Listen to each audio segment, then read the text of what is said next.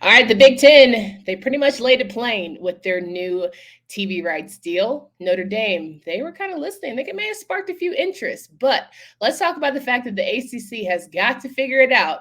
Wake up call. This is the moment. Today's the day, August 19th. We're sitting here telling ourselves Freestyle Friday. It can't get more freaky if ACC doesn't figure out how in the world to get on the same page as the rest of the Power Fives. Let's talk about it. You are Locked On ACC, your daily podcast on the Atlantic Coast Conference. Part of the Locked On Podcast Network, your team every day.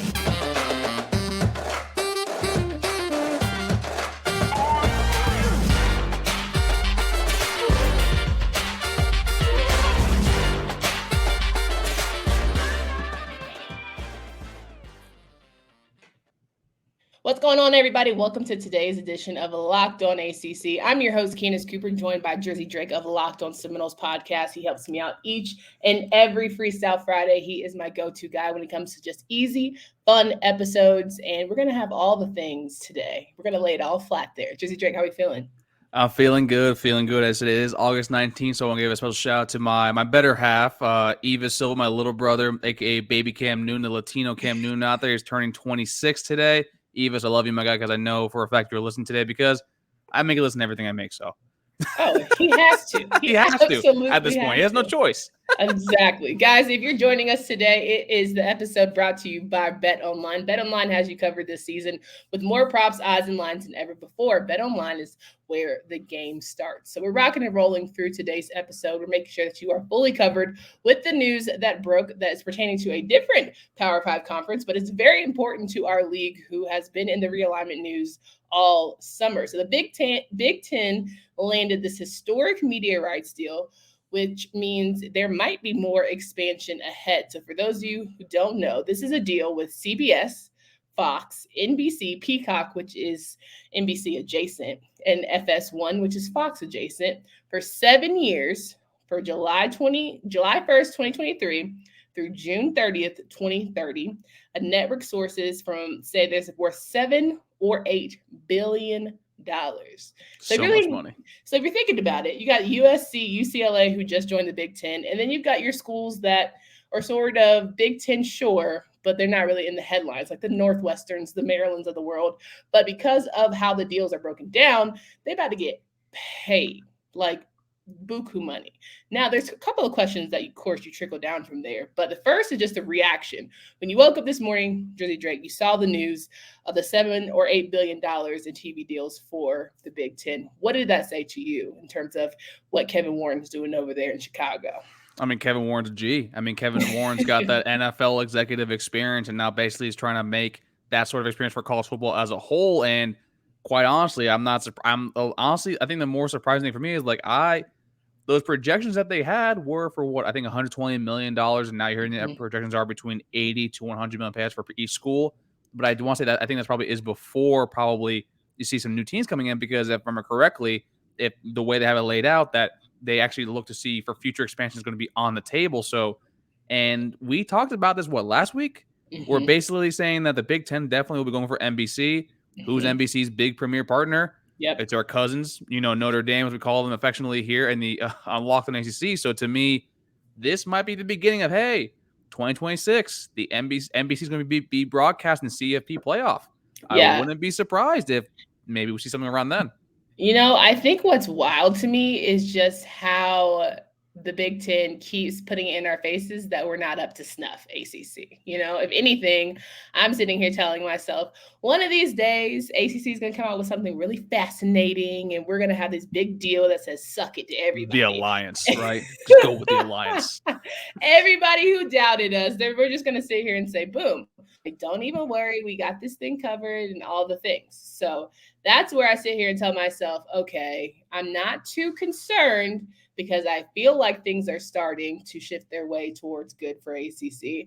But now that the Big Ten has pretty much put it out there, you really can just go ahead and lay the card. Hey, where's the ace? Where is the big joker? If you're a spades person, you understand what I mean. Where's the big joker? Right? Is it going to be a Notre Dame? Actually, shout out to our new Locked On Fighting Irish host, okay, Malik. And what's my guy's name? Sean. Malik and Sean, our two Fighting Irish hosts. And we also have a new Locked on Virginia host, but we'll get to that later. Now, I think that the news is fine. It is what it is. It doesn't shake my feathers right now. What to me is interesting is the Fox, the CBS, the Mhm. NBC, the Peacock, the FS1. As much as we love these streaming channels, it's so annoying when you just want to watch your basic ass television, your basic game on Saturday, and you have to go on a hunt, right? I was always in the camp that I love my streaming services. Trust me. You Yeah. can look at my bill. I pay for Hulu. I got Disney Plus. I got ESPN. I got Crunchyroll, HBO Max. I got everything on there. It adds up. And not only does it add up, that you always need to have that secure, great internet. And that's for stuff that's not live action. The problem with a lot of streaming services is you're going to be a minute behind latency wise, depending on your internet connection. And also, no offense to like some of these teams like in the Big Ten, but are fans gonna really pay to see what Rutgers, Nebraska, or Illinois go up against Iowa? In the middle of a Saturday. So And it's going yes, to be yes. interesting overall. Yeah, it's just not going to be. I don't know, that Peacock and FS1 thing. I think it's just there to be there because they need to have something on streaming platforms because the Mhm. Office can't carry Peacock forever. So Right, right. But you think about the old faithfuls, right? The people who are like, get off my lawn types, yeah, who they want ain't to cutting the cord. see, who don't want to have to go through Yeah, so many different my dad's not doing that. avenues. Yeah, right. At this point, like we're eventually, to me, I think we're all going to get back to basic cable the way these streaming services are going. But I think it's going to be challenging. How do you market well? That'll be the key for the Big Ten. How do they best market to the people who are saying, some days I don't want to leave my couch. I might not want to watch a live game, but I don't want to have to go through hoops and valleys just to see my team that I've been watching for 45 years on NBC or CBS or all the things, right? So that's one part of it. I think the other part of it is the fact that when you talk about realignment, it's starting to get a little sexy. The 7 years, grant of rights, as you start to tiptoe saying we're not going to keep building on this thing, I'm just saying, Miami, FSU, North Carolina, the Big Ten looks sexier and sexier than maybe it does for the SEC. I mean, this is something that Max and Dave and myself spoke on a lot on Locked On Seminoles, where that when you actually broke it down, I don't understand why, I guess FSU's fan base specifically was very keen on going or head over heels going to the SEC. And I'm Mm-hmm. sitting there, I was like, you do realize we complain ad nauseum that we have one of the most largest alumni bases in the Power Five, but we have also one of the smallest booster donation bases. And you want to go to a conference that basically their tithings at the church is basically given to Alabama football. Same thing with Georgia too as well. You can't really compete with that. And Yeah. then you look now with the revenue sharing where the Big Ten is going to be making a lot more than the SEC. Obviously, the SEC once Texas and Oklahoma actually join the conference, the revenue is going to be a lot higher. But to me, the Big Ten is somewhere where we should look forward to. And I kind of want to ask you too, like, do you think now with basically 7 years, that's a lucky number, 2030, Granite Rights deal will be up in 6 years. It's not as big of basically of an amount of money to pay for. Would you be interested actually for UNC to make the jump over to the Big Ten? Oh my gosh. For me, I think might want to be one of these old lawn people where I'm just like, I really love the ACC. I love tradition of what I've been raised in, I've worked in, and been all around my entire life. So it's hard for me to think of North Carolina, one of the staples of the Atlantic Coast Conference, in a different conference, having to figure out the new schedule, trying to travel to some of these games and being like, I don't know these opponents. Like, I'm sorry, I've grown to love and hate the Wake Forests, the NC States, the Miamis, and all the like, right? I've grown to understand that when we play FSU, it's always going to give me a headache because somehow we're going to mess it up, even when we're better than them. Like, I've come to like make peace with that, right? So to see the opportunity at the Big Ten, and it's like it doesn't lure me, but I think North Carolina's gonna be fine either way. They can go to any conference and thrive. Like you could put us in the AAWC, which is not real, but whatever. I don't want to crap on the lower conference, and we'll make it shake. So I'm not too worried about it, but I hope that Bubba kind of puts that stake, like we're here to stay. We had that vote of confidence to Jim Phillips and all the like. Now, saying of Jim Phillips, speaking of, I want you to hold on to that name there for 1 second.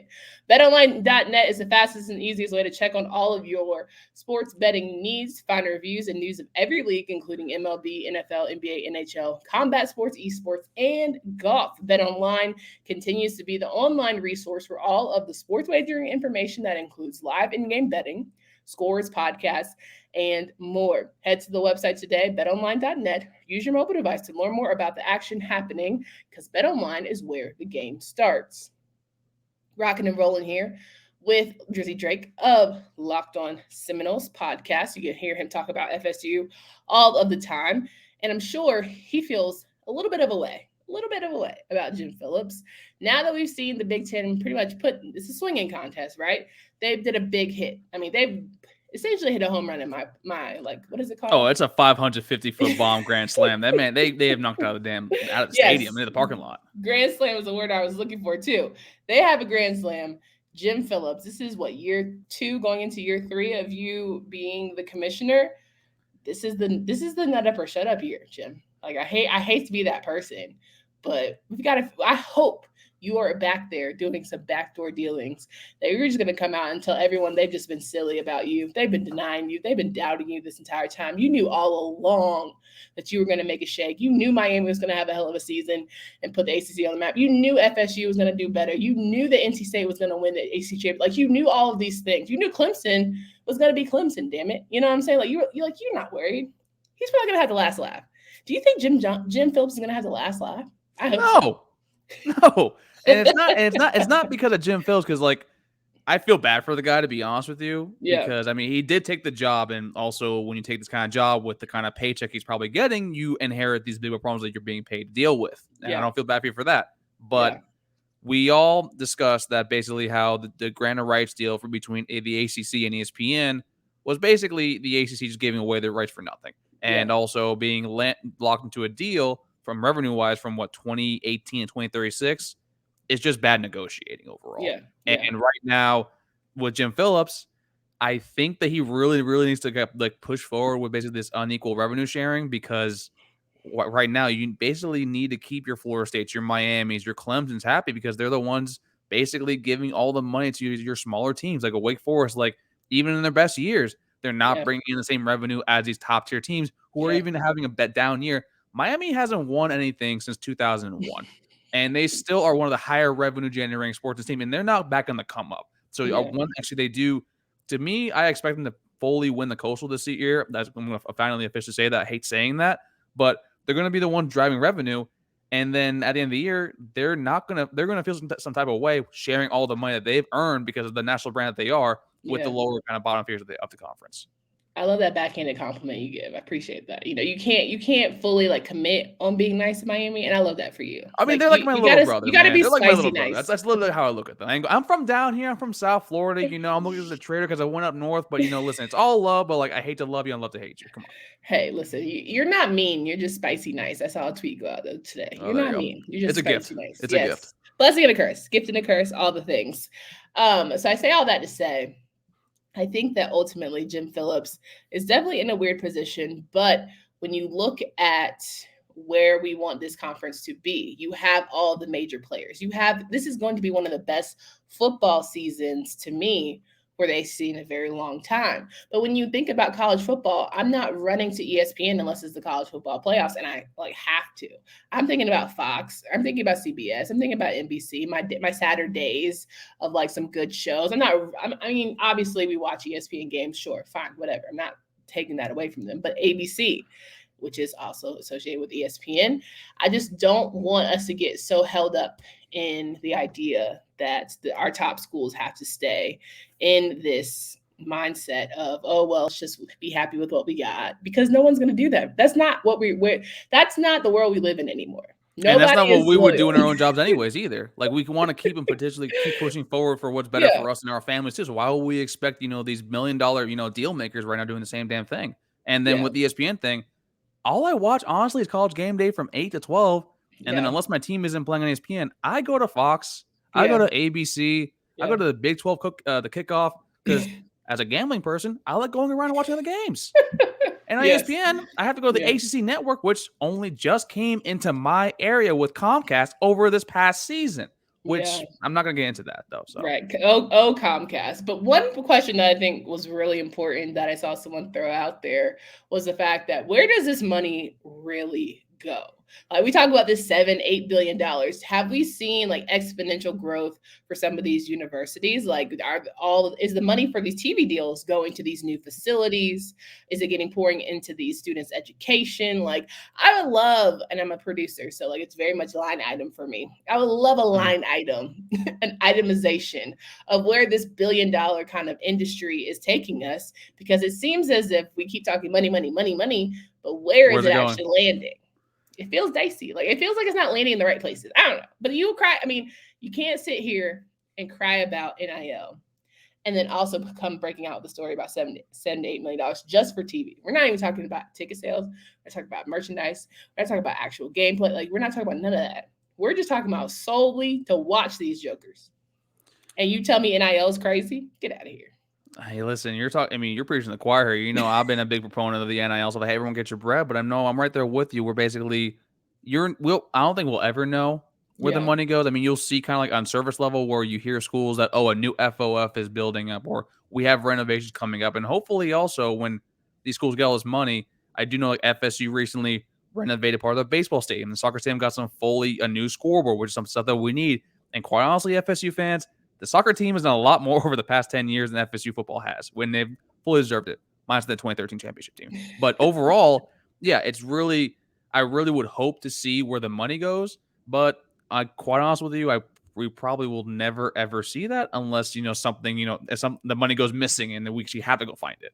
Right. And I'm wondering though, also, you had mentioned these, non-revenue sports. How much love are they getting when we talk about realignment? And I know there were some murmurs out there about the college football playoff trying to break away from the NCAA, and that got shut down pretty quick. But I said that last week. I think it's not for nothing. People need to start having that conversation more. I genuinely feel like college football is going to turn into a mini NFL, not because it should, but because that's just the nature of where it seems to be shifting. Now, what does that do ultimately for, student athletes or athletes who are non-revenue? Who knows? I think it screws them personally as an Olympic sport athlete myself, but I digress. Yeah, I mean, I've looked at the college football as a mini NFL ever since I kind of started watching college football, primarily because it is the only professional sports team that kind of collectively already bargained with all these other schools, basically, when it comes to they have a perfectly fine minor league system and then a draft, but we don't have basically this sort of connection between the two. So to me, the breakoff is inevitable and also probably something that should happen. And also with the CFP, I mean, NCAA will still be there to basically govern and regulate the non-revenue generating sports. And to me, I would hope that you would have athletic directors out there and presidents to actually basically, because football, the way it's going, college football is, to me, it's more profitable and more enjoyable as a product than actual pro NFL football, because you already have the allegiances, the cult of personality behind each program. Like, to me, I will stop everything I'm doing to watch an FSU game, whether it be football, basketball, volleyball, baseball. NFL, I'm a Steelers fan. I'm already depressed as hell to have Mr. Trubisky and Kenny Pickett fighting out for the pro job. So I really don't give a damn. Not for nothing, I've been hearing that Kenny's doing his thing out there in Pittsburgh. That's the preseason, man. I really don't fighting care. For that starting job, Sam Howell's he's taking the 1 reps. If we're gonna show a little love to our former ACC Sam Howell, I believe in. Sam Howell's fine. I wanted Malik Willis, but no, we got to go with baby hands over here from Pitt. I know that's for all the Pitt fans out there that know I'm a hater, but to me, I definitely see. I really hope there's going to be a way that these non-revenue generating sport athletes soccer, track, and field especially, that actually are able to survive passes. Maybe the NCAA, if they're focused mainly on that, it's a lot easier to do that because it probably is not as much money, I guess, involved when it comes to revenue generating sports. Yeah, listen, you ain't never lie. I think it's just it's right there. You have opportunity to ensure that there's sports beyond football, but can you make sure that you have all the ducks in a row financially? And who knows if we'll ever see kind of what is actually being put into place. So yeah, we'll put that to bed. Now, just to wrap up, make sure everyone understands things. Big Ten, $7 to $8 billion deal with CBS, NBC, Fox, FS1, Peacock, all the good stuff they have over there that could be slowly enticing Notre Dame. But for the ACC itself, what is the best option? Because I'm still honestly trying to figure it out myself. I see so many things out there and I'm like, okay, either the ESPN deal gets better or what? We have some ABC's stakeholders here, but what are we just got to wait till everything comes out in the wash and sort of just be happy on the back end 7 years later when it all comes to fruition that we'll have some of our really good teams leave us?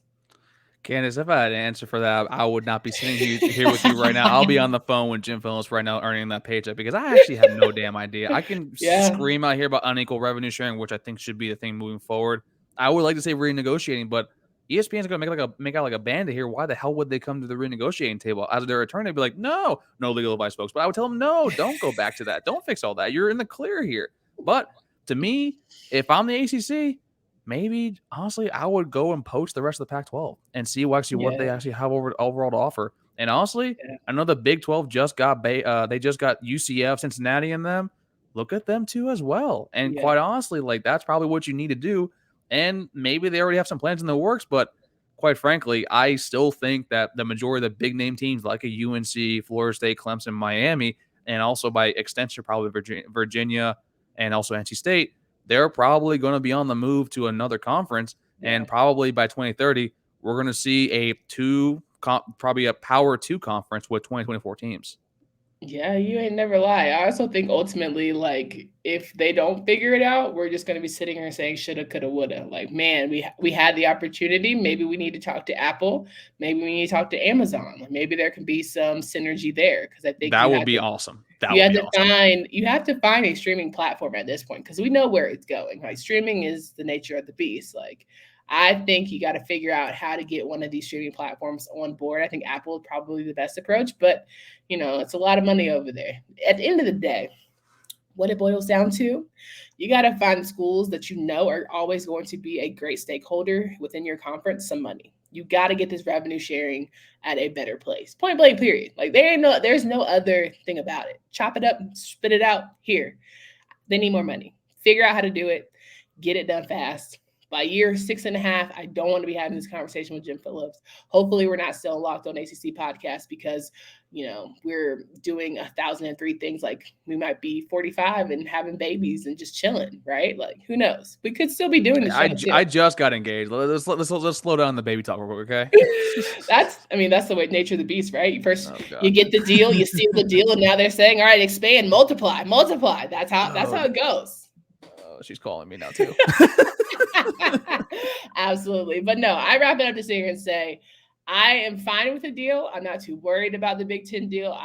I'm praying that Jim is in the back, ready for that big announcement. We're waiting. Are we waiting? We're waiting. We're waiting patiently. Hopefully, we're not just sitting on our hands, just waiting for nothing. I would like to hear for Jim Phillips to have something, and I wouldn't be surprised if also whether or not Jim Phillips has an announcement in the I guess in the affirmative or the negative. It could be a good thing or could be a bad thing. All I do know is that I know a lot of athletic directors in the conference have been having conversations since last summer. So even before all of this, because these moves, it's going to be a lot of chess games being played. So to me, I kind of like your idea, basically the Apple Amazon thing. Me personally, I go to Jeff Bezos real quick. Hey, give me the Amazon money. Get on there, get streamed with Kirk Herbstreit because he's going to be on the new TV show on Thursdays. And also, it'd be dope. Yeah. And I got my Fire Stick too, so. We love a Fire Stick, bro. I mean, at the end of the day, it's all said and done, Jim. I just hope you're listening and you're getting things in a row and you surprise the hell out of a lot of us who are stressed or like low-key stressed. Like we're vibing, but we're waiting for that big announcement. If you want to drop it week 0, we'll be fine with it. Like we can talk about Florida State Duquesne, but we could also talk about week 0 and ACC landing the biggest deal ever in history. So hey, either way you slice it, it's a good time. Drizzy Drake, we got football too coming up. Exactly. Come on. This can't kill the vibes right now. Come on. 100%. We're almost there. Like we're literally almost there. Next week we actually get to talk about games. Like we get the gamble on some games too. I am stoked with some insane. Oh, it's gonna be great. It's gonna be awesome. And then week 1 comes up. Woo! I'm good. Man, talk about Labor Day joy. Can you please remind these folks of where they can find you and follow your work? You can follow me at Tally_Drake, as you can see below. If you're watching this on YouTube, you can follow my co-host Dave. You can follow my co-host Dave at FSU Knowles with the 0 and a 5 because he's 1,000 years old. And then you can follow the podcast at Knowles Anonymous, basically where we engage with fans, where we get things for episodes for a mandatory mailbag Monday. And as always, we're fans first, people second, and content creators third. And let's get that money. No doubt about it. For Candace Cooper and Drizzy Drake, hope you guys have a great and safe weekend. Please be smart out there. Until